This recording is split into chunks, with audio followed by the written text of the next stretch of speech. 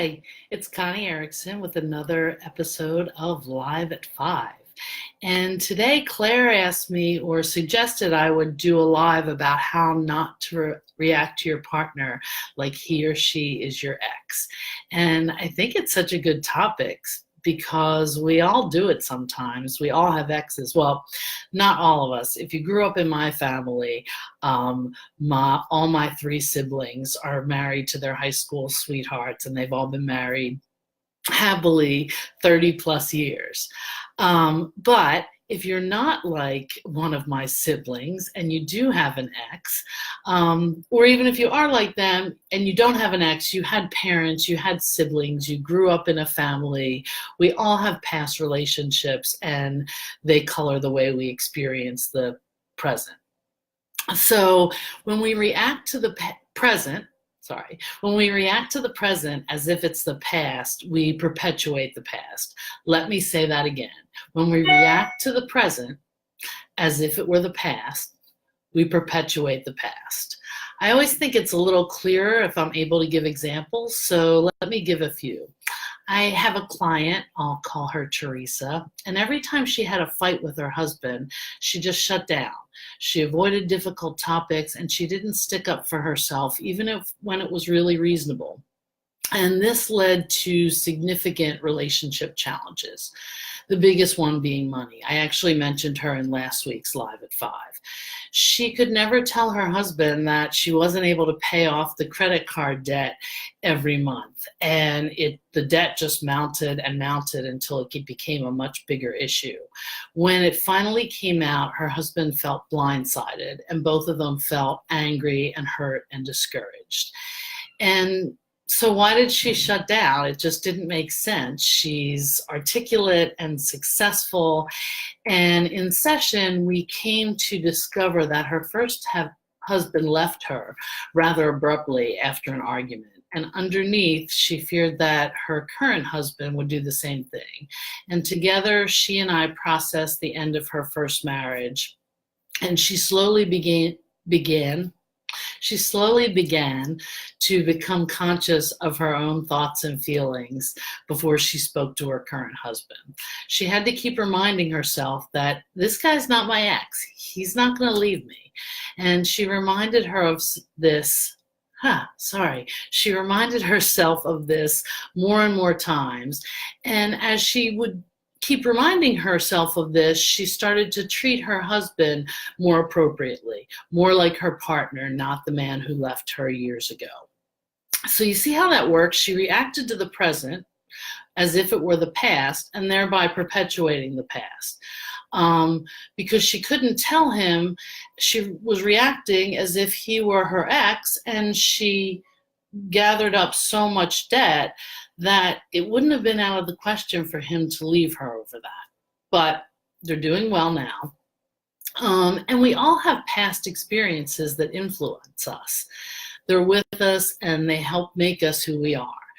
They're part of us, but they're not our entirety. Wayne Dyer used to liken our past to the wake of a boat. You can see it, but it doesn't or shouldn't steer the way.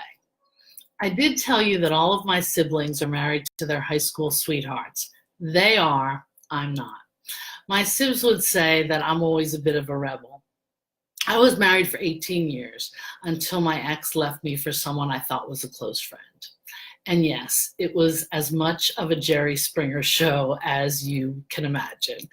That was about 12 years ago, and obviously it was an incredibly difficult time for me.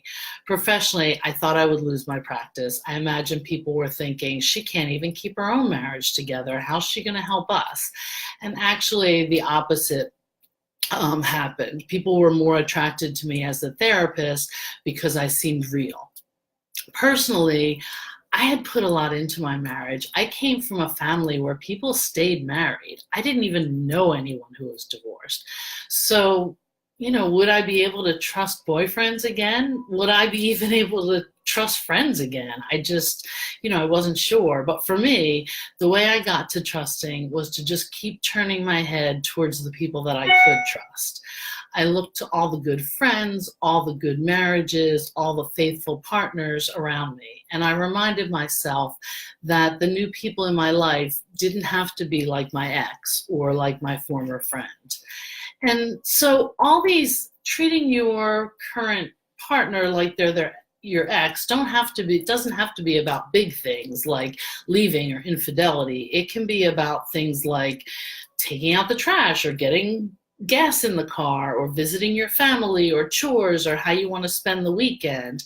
But the best way to start treating your partner the best way to stop treating your partner as if they are your ex is to be really mindful of your thoughts and feelings before you start talking. And if you start sensing a theme here, there is one, because I will say that in almost every live. I think you really need to be mindful of your thoughts and feelings before you start talking. This is true especially when you might be upset, and this is a whole nother topic, but when you're upset, you're not in your intellectual brain, you're in your very emotional brain. So it's really important to take time to identify your thoughts and feelings before you launch into a fight. That being said, most of us have a hard time with that, so start this way.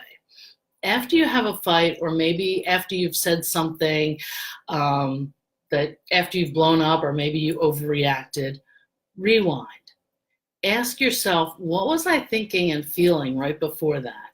And then see if you can find the clues. It may have very little to do with your current reality.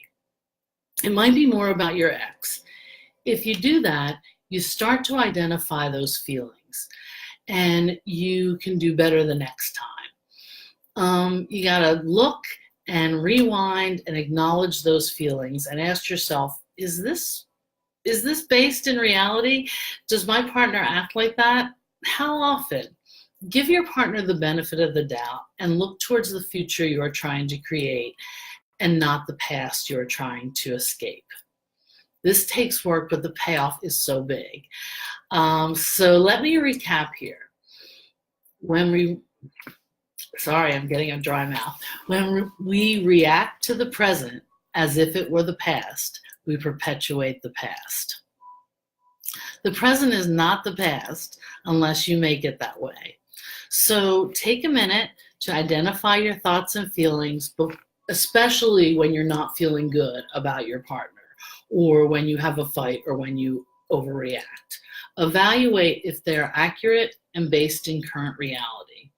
Even when your thoughts are based in current reality, take note. Have you ever felt this way before? When? What past experiences may be coloring your current reality? I hope this was helpful. And if you have any questions, write them down. Let me see if I can figure out how to look at the comments. I'm